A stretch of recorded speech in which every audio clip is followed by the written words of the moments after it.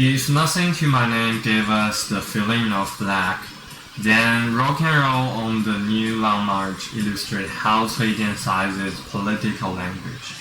This song is interesting because it takes one of the most lauded phrases in modern Chinese political history, the Long March, 长征, and plays it inside rock music. That move makes Cui Jian enter the language of official history. And to make this song so crucial to understand Reform-era Yang's culture, the generation listening to Cui Jian wasn't living apart from the legacy of revolution. It was living with and within it, having inherent its slogans, symbols, and promises, like 1、2、3、4. But by the late 1980s, those inherent reforms no longer matched lived experience. Cui Jian turns inherent political language into something unstable and flowing. Marching is no longer just discipline and sacrifice.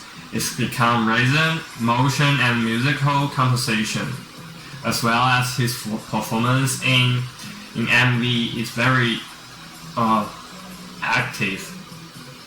In other words, the revolutionary road is still there, but no longer lead to a single clear destination.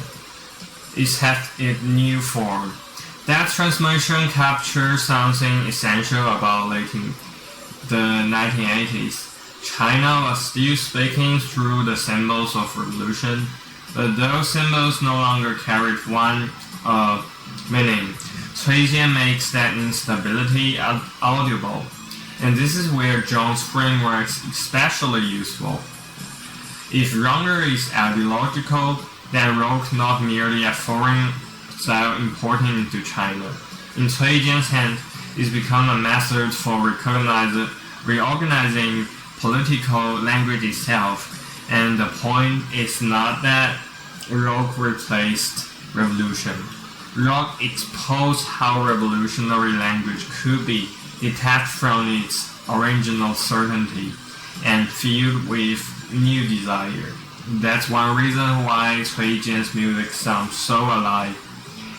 He was not only criticizing the world around him, he was showing that its inherent world has become available for remixing, which introduced a new idea for the Yangs.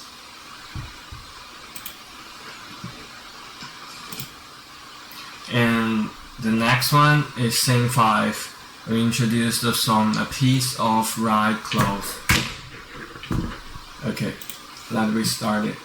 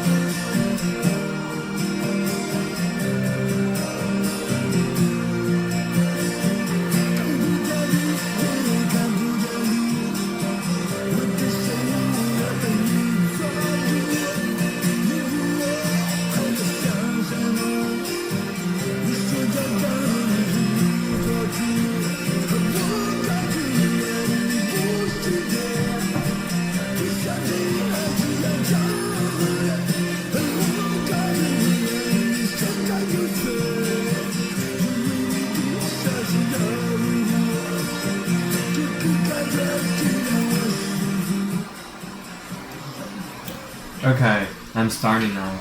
The third song, A Piece of Right Clothes, 一块红布, move in a different direction. If the first song gave us direction, emotional lack, and the second song reward public slogans, this song is more symbolic and shows the power of ambiguity. That ambiguity is not a weakness. It is one of the song's most important political features. Many listeners have tried to decode the red clothes. Does it suggest blindness, protection, ideology, faith, or some combination of all of this? My view is that the song matters because it refuses to settle it into only one answer.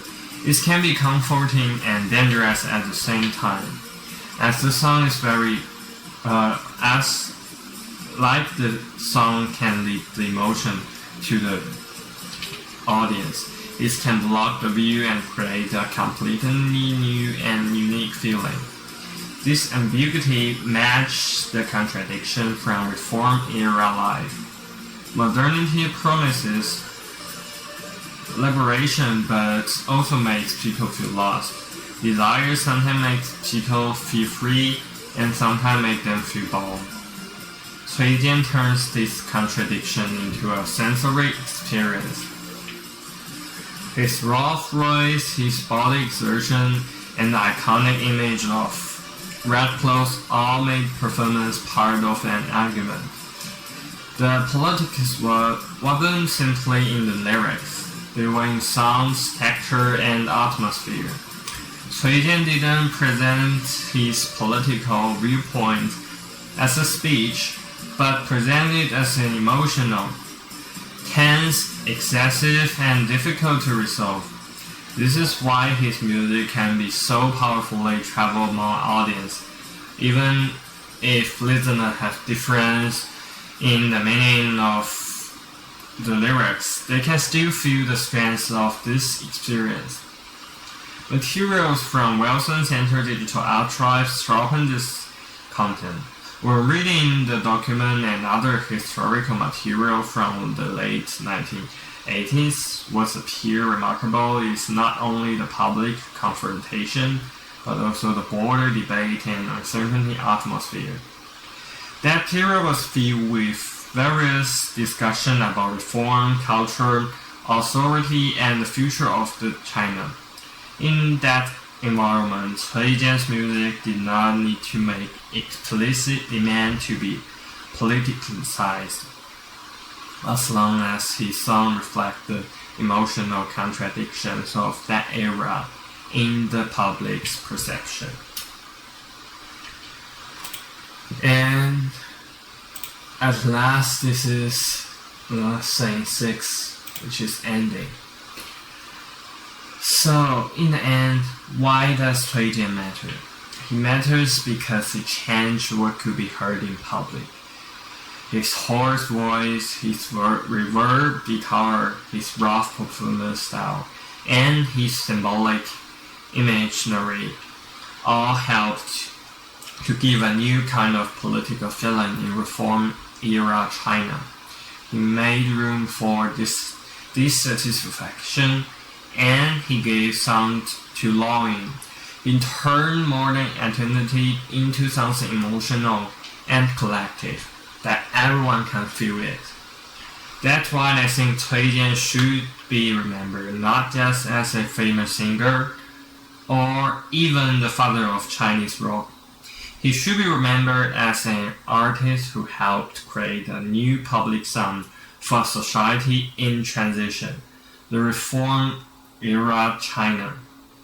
For a course on modern China, that matters because it reminds us that social change is not only visible in policies, leaders, or official events.